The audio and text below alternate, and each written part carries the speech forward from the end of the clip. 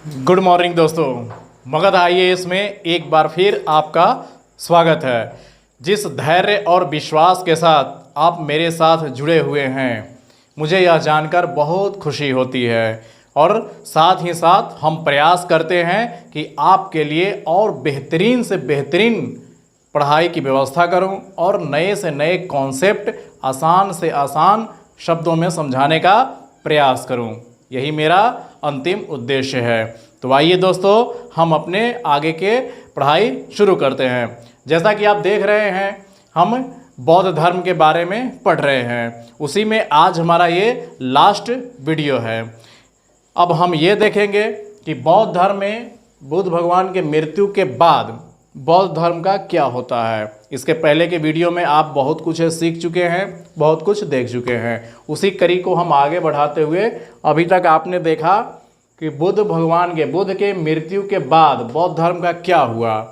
तो पहला आपने पढ़ा बौद्ध सम्मेलन, आपने पढ़ा बौद्ध सम्मेलन के बाद बौद्ध संप्रदाय आपने पढ़ा कि बौद्ध संप्रदाय में क्या क्या होता है। इसके बाद आज हम देखेंगे बौद्ध साहित्य के बारे में कि बौद्ध साहित्य, इनके जाने के पश्चात ही ये सारे साहित्य की रचना की गई है। और इन सारे का रचयिता कौन है, ये अज्ञात माने गए हैं। उनके शिष्यों के द्वारा ये सब रचना की गई है। तो बुद्ध भगवान अपने जीवन काल में कोई भी साहित्य का उन्होंने रचना नहीं किया है। वो सुनी सुनाई हुई बातों को आगे चल करके एक पुस्तक के रूप में ढाल दिया गया या उसका रूप दे दिया गया। उन्हीं में से एग्ज़ाम में पूछा जाता है, इसलिए हमें ये पढ़ना है। तो आइए हम देखते हैं। तो बौद्ध साहित्य को दो भागों में बांटा गया है। एक मूल साहित्य है। मूल साहित्य का मतलब ये है कि जो बुद्ध भगवान ने अपने शिष्यों को सुनाया उपदेश, शिष्यों ने अन्य लोगों को सुनाया, अन्य लोगों ने अन्य लोगों को सुनाते सुनाते सुनाते वो बाद में एक किताब बन गई, उसकी रचना हो गई, तो वो मूल साहित्य बना। और इन मूल साहित्य को पढ़कर दूसरे विद्वान लोग उस पर टीका टिप्पणी अपना लिखे, उसे कहा गया अन्य साहित्य कहा गया है। तो ये भी बौद्ध धर्म से ही संबंधित, लेकिन ये तब लिखा गया जब ये पढ़ लिया गया, उसके बाद ये लिखा गया, इसलिए इसको अन्य साहित्य की कैटेगरी में रखते हैं। तो बौद्ध साहित्य दो प्रकार का, एक मूल साहित्य और एक अन्य साहित्य है। तो मूल साहित्य में दो चीज़ें हैं, एक सुत्त पिटक है, एक विनय पिटक है। सुत्त पिटक में आप जान चुके हैं कि इसमें बुद्ध भगवान के शिक्षाओं का संकलन किया गया है। और विनय पिटक में उनके नियम कानून, नियम क्या थे, बौद्ध संघ में प्रवेश करने के नियम, उसकी चर्चा इसमें है। तो सुत्त पिटक के अंदर कई सारे किताब लिखी गई है। जैसे सुत्त पिटक एक महाकाव्य हो गई और उस महाकाव्य के अंदर कई खंड बने हुए हैं, उस पर एक एक किताब लिखी हुई है। उसी में एक महापरिनिर्वाण है, मध्यमम निकाय है, अंगुतर निकाय है, खुंदक निकाय है। ये इस सुत्त पिटक के अंदर की रचना की गई है। तो इसे में हम देखते हैं महापरिनिर्वाण। महापरिनिर्वाण में क्या है, इनके अवशेषों को 8 भागों में बांटने की चर्चा है। जैसे आप पढ़ भी चुके हैं कि जब बुद्ध भगवान की मृत्यु होती है तो उनके अवशेषों को 8 शासकों ने अपने अपने 8 जगहों पे स्तूप बनवा लिया था। तो इन सब की हमें जानकारी कहाँ से मिलती है, तो इनके महापरिनिर्वाण रचना की गई है, उसमें ये लिखा हुआ है। इसके बाद मध्यमम निकाय है। इसी के राहुलोवाद में धम्म की चर्चा है। तो धम्म एक नया शब्द आया है, धर्म का ही ये प्राकृतिक रूप है, तो धम्म कहा गया है। तो ये धम्म है। वैसे धम्म का मतलब क्या होता है, धम्म का मतलब ये होता है कि दुनिया में जितनी भी अच्छी अच्छी चीज़ें हैं उन सबको इकट्ठा करके एक किताब का रूप दे दिया जाए, उसी को धम्म कहा जाता है। जैसे महाभारत में अगर लिखा हो कि लड़ाई नहीं करनी चाहिए, रामायण में अगर लिखा हो कि भाई भाई से प्रेम करना हो, तो इन दोनों चीज़ों को जब एक जगह लिख दिया जाए उसी को धम्म कहा जाता है। कहने का मतलब ये है कि दुनिया भर के जितनी भी अच्छी चीज़ों का निचोड़ है उसे ही धम्म कहा गया है। तो ये धम्म का मतलब ये होता है।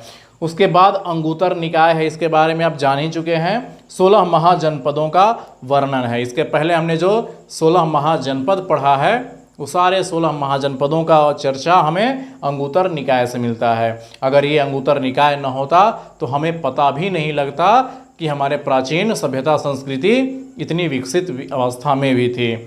लेकिन ये मंदिरों में ये बचे रह गए, तो आज हम पढ़ करके हम अपने प्राचीन इतिहास के बारे में जानने लगे हैं। खुंदक निकाय, इसमें जातक कथाओं का वर्णन है तथा पुनर्जन्म की चर्चा है। अब ये जातक कथाएं कौन कौन सी है? तो वैसे बहुत सारी कथाएं हैं जो बुद्ध भगवान के अवतार लेने की कहानी है, और इन्हीं जातक कथाओं के आधार पे अजंता और एलोरा की गुफाओं में भगवान बुद्ध की प्रतिमा बनाई गई है, उनके दृश्य दिखलाए गए हैं। तो ये तो सुत्त पिटक के अंदर की जो रचना है वो हमने देखा। अब हम देखेंगे विनय पिटक। विनय पिटक में क्या क्या है भाई? तो इसमें भिक्षु भिक्षुणियों को क्या क्या नहीं करना है इसकी चर्चा की गई है। यानी कि इसमें नियम कानून बनाए गए हैं कि भिक्षु भिक्षुणियों को क्या क्या करना है, क्या क्या नहीं करना है। अगर वो गलत काम करते हैं तो इसका दंड भी उन्हें दिया जाता है। तो ये विनय पिटक है। उसी के अंदर एक और पुस्तक है खंदक पिटक है। इसमें चारों बौद्ध सम्मेलन की चर्चा की गई है। जो इसके पहले हमने बौद्ध सम्मेलन के बारे में पढ़ा है, ये खंदक पिटक में ही इसकी चर्चा की गई है। तो बीपीएससी के अगर आप देने जा रहे हैं प्रीलिम्स और मेंस, तो इन सब के बारे में आपको कंठस्थ याद होनी चाहिए। अगर आपको कंठस्थ याद नहीं है तो फिर आप सिविल सर्विस में सेलेक्ट होने की संभावना कम रह जाएगी। तो खास करके बिहार और यूपी, ये दोनों एग्ज़ाम में खास करके ये सिविल सर्विस में पूछे जाते हैं। और आईएएस के एग्ज़ाम में इन्हीं चारों पर से एक एक स्टेटमेंट बना करके दे दिया जाता है कि मध्यमम निकाय में क्या था, अंगुत्तर निकाय में क्या था, खुंदक निकाय में क्या था। ये चारों का स्टेटमेंट बना करके दे दिए जाएंगे और आपको सही गलत की पहचान करने के लिए दिया जाएगा। बस यही सिविल सर्विस और बीपीएससी में अंतर है। तो इस तरह से आपको मूल साहित्य में इतना है। अब इन मूल साहित्यों को पढ़ने के बाद बहुत सारे विद्वानों ने उसी बुद्ध भगवान पे और भी उन्होंने किताब की रचना किया उन्होंने। तो अन्य साहित्य जो हम पढ़ेंगे वो दो भाषाओं में हमें मिलेगा। एक तो पाली भाषा में मिलेगा और संस्कृत भाषा में मिलेगा। अच्छा, एक सवाल ये है कि ये सारे सुत्त पिटक है, विनय पिटक है, ये सब किस भाषा में रचे गए होंगे? तो ये सारे के सारे इसकी रचना पाली भाषा में हुई थी, क्योंकि आम जनता पाली भाषा को ही समझ सकती थी। तो अन्य साहित्य पाली भाषा में भी लिखे गए, आगे चलकर संस्कृत भाषा में भी लिखे गए। तो पाली भाषा में कौन कौन से लिखे गए? मिलिंद पन्हो। ये क्या है भाई? किसने इसकी रचना की थी? नागसेन ने। चर्चा क्या है? यवन शासक, यवन मतलब ग्रीक, जब सिकंदर के समय ये सब आक्रमण हुआ था, उस समय ये यवन लोग भारत में आए थे। तो यवन शासक मिनांडर और बौद्ध भिक्षु एक थे नागसेन, जिन्हें भारत का आइंस्टीन कहा जाता है। बौद्ध भिक्षु नागसेन की चर्चा है। नागसेन से प्रभावित होकर मिनांडर पहला विदेशी शासक जो बौद्ध धर्म अपनाया, और ये हजारों बार बीपीएससी ने ये सवाल पूछ चुका है कि पहला विदेशी शासक जिसने बौद्ध धर्म को अपनाया। तो इस तरह से इस पे सवाल पूछे जाते हैं। मिलिंद पन्हो के बारे में हजारों बार सवाल पूछे गए हैं कि मिलिंद पन्हो के रचना किसने किया था, किस भाषा में किया गया था। इसके बाद एक बुद्ध घोष नाम के रचनाकार थे। ये एक रचनाकार थे जिन्होंने विनय पिटक पर, यानी कि इस विनय पिटक पर सामंतवास दिका नामक टीका इन्होंने लिखा था। उस पर अपना कमेंट किया था इन्होंने पढ़ के। इन्होंने अंगुत्तर निकाय पर मनवर्थ नामक टीका लिखा था इन्होंने। तो देखिए कितना अंदर की गहराइयों से ढूंढ करके हमने आपके लिए ये सब टर्म्स लाए हैं, और यही सिविल सर्विस में खास करके ये सब टर्म्स पूछे जाते हैं। तो स्टूडेंट कहते हैं कि पता नहीं कहाँ कहाँ से ये लाया गया है, और कहीं से नहीं, ये सारे एनसीईआरटी बुक में ये लिखी हुई है। फिर एक दीपवंश पुस्तक लिखी गई है, इसकी रचना श्रीलंका में हुई थी और इसके रचनाकार दीपंकर थे। तो इस तरह से ये पाली भाषा में इन सब की रचना की गई थी। संस्कृत भाषा में किसकी किसकी रचना की गई थी? एक अश्वघोष नाम के रचनाकार थे, इसने बुध चरित्रम एवं सौंदरानंद नामक महाकाव्य की रचना की, और इसी सौंदरानंद में सारीपुत्र प्रकरण नामक नाटक भी उन्होंने लिखा था। बहुत वीआईपी है, बहुत इम्पोर्टेंट है बीपीएससी के लिए खास करके। तो ये अश्वघोष के बारे में आपको जानना ही जानना है, और इसके पहले आप पढ़ ही चुके हैं कि चौथा बौद्ध सम्मेलन हुआ था, तो इसमें उपाध्यक्ष अश्वघोष को ही बनाया गया था। इसके बाद हम देखते हैं महावस्तु, इसमें बोधिसत्व की चर्चा है, यह प्राकृतिक भाषा में भी उपलब्ध है। तो इस तरह से हमने देखा बौद्ध साहित्य। अब हम देखने जा रहे हैं कि बौद्ध धर्म से और कौन कौन से लोग जुड़े हुए थे, फिर बौद्ध धर्म का पतन कैसे हो गया। आखिर भारत इसकी जननी जन्मस्थली रही बौद्ध धर्म का, और ये बौद्ध धर्म भारत में ही व्यापक रूप से नहीं फैल पाई, जबकि हमारे दक्षिण एशिया में चले जाएं, इंडोनेशिया, थाईलैंड, मलेशिया या जापान, चीन, तो इन सब देशों में बहुत बड़े स्तर पर फैला, लेकिन भारत में नहीं फैल पाया। क्यों? इसका हम कारण अभी देख लेंगे। आइए अब हम देखते हैं कि बौद्ध धर्म से कौन कौन से लोग जुड़े थे, और बौद्ध धर्म के लोकप्रिय होने के कारण, बौद्ध धर्म के पतन होने के कारण, और हम यहीं पर बौद्ध धर्म को समाप्त करते हैं। तो आइए देखते हैं कि बौद्ध धर्म से कौन कौन से लोग जुड़े हुए थे, जो हमेशा अक्सर एग्ज़ाम में पूछा जाता है। जैसे अश्वघोष के नाम तो आप बहुत जानते होंगे। कौन थे ये? कनिष्क के समकालीन या कहिए उनके दरबारी ही थे। महायान का समर्थक ये थे, और इन्हें भारत का मिल्टन कहा जाता था। ये मिल्टन कहाँ के थे?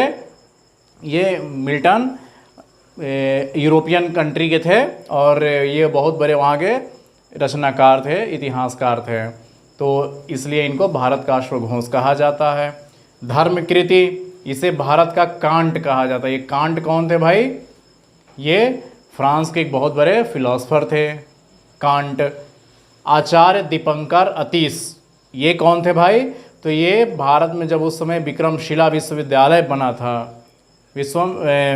विक्रमशिला विश्वविद्यालय की स्थापना की गई थी, तो ये उनके कुलपति बने थे। बहुत ही फेमस ये कुलपति अपने समय के रहे थे। फिर बाद में ये तिब्बत चले गए, और तिब्बत में इन्होंने वज्रयान शाखा को लोकप्रिय बनाया, बहुत ही लोकप्रिय बनाया इन्होंने। इसके बाद बौद्ध धर्म के संरक्षण कौन कौन करते थे भाई? तो या इसके पहले भी आपको हम बता चुके हैं। हर्यक वंश, बिंबिसार, अजातशत्रु, उदयन, प्रसेनजीत, अशोक, कनिष्क, सातवाहन, हर्षवर्धन, और पाल वंश में 2 लोग थे, देवपाल और धर्मपाल थे। इसके बाद एक ऐसा भी व्यक्ति हुआ जो बौद्ध धर्म का सबसे कट्टर दुश्मन था, वो था शशांक। ये बंगाल में शासन करता था, गौड़ वंश का ये शासक था ये, और इतना नफरत ये करता था ये बौद्ध धर्म से कि जहाँ भी बौद्ध भिक्षुओं को देख लेता था वो उसके सर काट देता था। इसके वजह से भी बौद्ध धर्म के कुछ पतन होना शुरू हुआ, और ऐसा भी कहा जाता है कि बौद्ध वृक्ष जिसके नीचे बुद्ध भगवान ज्ञान प्राप्त किए थे, उस बोधि वृक्ष को इन्होंने जड़ से कटवा डाला था ये। तो इस तरह से ये बहुत ही कठोर था ये बौद्ध धर्म के प्रति। तो इस तरह से बौद्ध धर्म से ये कुछ जुड़े हुए लोग थे। अब हम 2 चीज़ें और देखते हैं कि बौद्ध धर्म के लोकप्रिय होने के कारण क्या थे। तो कारण क्या थे? कर्मकांड का न होना, यानी कि इस पर कर्मकांड इसमें नहीं होता था, बिल्कुल कर्मकांड नहीं था। फिर ज्ञान पर अत्यधिक बल दिया जाता था। खुद बुद्ध का व्यक्तित्व अलग, अपना व्यक्तित्व इनका होता था, और सबसे बढ़कर अहिंसा पर ये बल देते थे, यानी कि किसी भी जीव का हिंसा नहीं होनी चाहिए, लेकिन समय पड़ने पर कभी कभी हिंसा होनी भी चाहिए, ऐसा इनका भी मानना था। तो इन्हीं सब होने के कारण बौद्ध धर्म ज़्यादा लोकप्रिय हुआ। फिर सामाजिक समानता पर इन्होंने बल दिया, यानी कि इन्होंने जो समाज में 4 वर्ण बने हुए थे, ये क्रम को इन्होंने तोड़ दिया कि जो भी बौद्ध संघ में शामिल हो गया वो फिर कोई ऊंच नीच नहीं है, सब बराबर है। स्थानीय भाषा का ये प्रयोग किए, स्थानीय भाषा यानी कि पाली भाषा का इन्होंने ज़बरदस्त प्रयोग किया, और सभी लोगों को उन्हीं की लैंग्वेज में इन्होंने समझाया। राजकीय संरक्षण का मिलना भी इसके लोकप्रिय होने का सबसे बड़ा कारण था। देख रहे हैं कितने बड़े राजाओं ने इनको लोक संरक्षण दिया, इसलिए बौद्ध धर्म बहुत ज़्यादा प्रचार प्रसार हो सका। इसके बाद जब जैसे ही कुछ काल खंड बीता, इसके बाद बौद्ध धर्म पतन होने लगा। कारण क्या था भाई कि बाद में फिर कर्मकांड का बोलबाला हो गया। आज भी आप बौद्ध धर्म को देख लीजिए, इतना सारा कर्मकांड है, उतना हिंदू धर्म में भी कर्मकांड नहीं है। तरह तरह की ये चीज़ें करिए, वो चीज़ें करिए, ये करना है, वो करना है, जहाँ भी ये करना वो करना आ गया वो कर्मकांड है। और बौद्ध धर्म आज इसका जीता जागता उदाहरण है। इसी कारण ये पतन हो गया। संघ में भ्रष्टाचार का होना। अब जब संघ बने तो पहले तो स्त्रियों का प्रवेश नहीं होता था, लेकिन जब स्त्रियों का प्रवेश होने लगा तो वहाँ पर भ्रष्टाचार बढ़ने लगा, यानी कि भिक्षु और भिक्षुणियों में मेल मिलाप ज़्यादा बढ़ा, तो इस तरह से उसमें भ्रष्टाचार का अड्डा बन गया। वो इस तरह से हुआ। फिर संघ में आपसी फूट भी होने लगा, जैसे कि आप देखते होंगे स्थावीर और महासांघिक, फिर हीनयान, वज्रयान, महायान आदि कई भागों में जब ये टूट गया तो निश्चित ही था कि ये पतन की अवस्था में चला गया। बाद में फिर राजकीय संरक्षण में भी कमी आई, यानी कि राजाओं ने भी संरक्षण देना बंद कर दिया। अंतिम राजा वही पाल वंश थे, अंतिम संरक्षक इसके थे। उसके बाद कोई भी 7वीं 8वीं शताब्दी के बाद से, जब पाल वंश 7वीं 8वीं शताब्दी में शासन करता था, उसके बाद से फिर कोई राजकीय संरक्षण नहीं दिया, कोई राजा नहीं दिया। और उससे बढ़कर के 1193 में वाह्य आक्रमण हुआ। किसका हुआ? बख्तियार खिलजी का, जो अरबी था, अरब से आया था गुलाम वंश के शासक कुतुबुद्दीन ऐबक के साथ। तो बख्तियार खिलजी भारत पे आक्रमण किया और इसने नालंदा विश्वविद्यालय को नष्ट कर दिया, ये जो उस समय बौद्ध संस्कृति का वैश्विक केंद्र था। तो नालंदा विश्वविद्यालय के बारे में ऐसा कहा जाता है कि वहाँ एक बहुत बड़ी लाइब्रेरी थी, और उस लाइब्रेरी को जब इसने जलाया था तो लगातार 6 महीने तक वो लाइब्रेरी जलती रही थी। इतने ज़्यादा बौद्ध ग्रंथ उसमें लिखे गए थे। तो इस तरह से आज हमने 5 भागों में बौद्ध धर्म को समाप्त किया। इसके बाद हम जैन धर्म को लेकर के आएंगे। अब आप अपना अनुभव हमसे शेयर कर सकते हैं और ये बता सकते हैं कि आपको ये वीडियो कैसा लगा। और हम आपको चैलेंज के साथ कहते हैं कि इंडिया में जितने भी आप फैकल्टी से पढ़ेंगे, चाहे वो बड़े से बड़े कोचिंग वाले हों, चाहे बड़े बड़े से नामी गिरामी आप फैकल्टी से आप पढ़े हों, आप बौद्ध धर्म एक उनसे पढ़ करके देखिए, एक हमारे साथ पढ़ करके देखिए, आपको ज़मीन आसमान का अंतर साफ नज़र आ जाएगा कि वास्तव में क्या पढ़ना है और कैसे पढ़ाई होती है। तो पढ़ाई एक सीरियल ढंग से होती है और वही हमने आपको सिखाने का प्रयास किया है। तो हमें आशा है कि हमारी कोशिश आपके सफलता में सहायक होगी। इन्हीं आशाओं के साथ आज हम बुद्ध भगवान का एक बहुत ही बड़ा उपदेश देकर जा रहे हैं। अप्पो दीपो भव, यानी कि अपना दीपक स्वयं बनो। हम आपको चाहे कितना भी पढ़ा दें, लेकिन आपको अपना दीपक स्वयं बनना होगा, तभी जाकर आप सफल हो पाएंगे। दूसरों के भरोसे ज़्यादा समय तक आप नहीं टिक पाएंगे। तो दोस्तों, आप इस वीडियो को अच्छा लगे तो शेयर कीजिए, लाइक कीजिए, सब्सक्राइब कीजिए और फिर कमेंट बॉक्स में कुछ लिखकर हमें भी बताइए। धन्यवाद।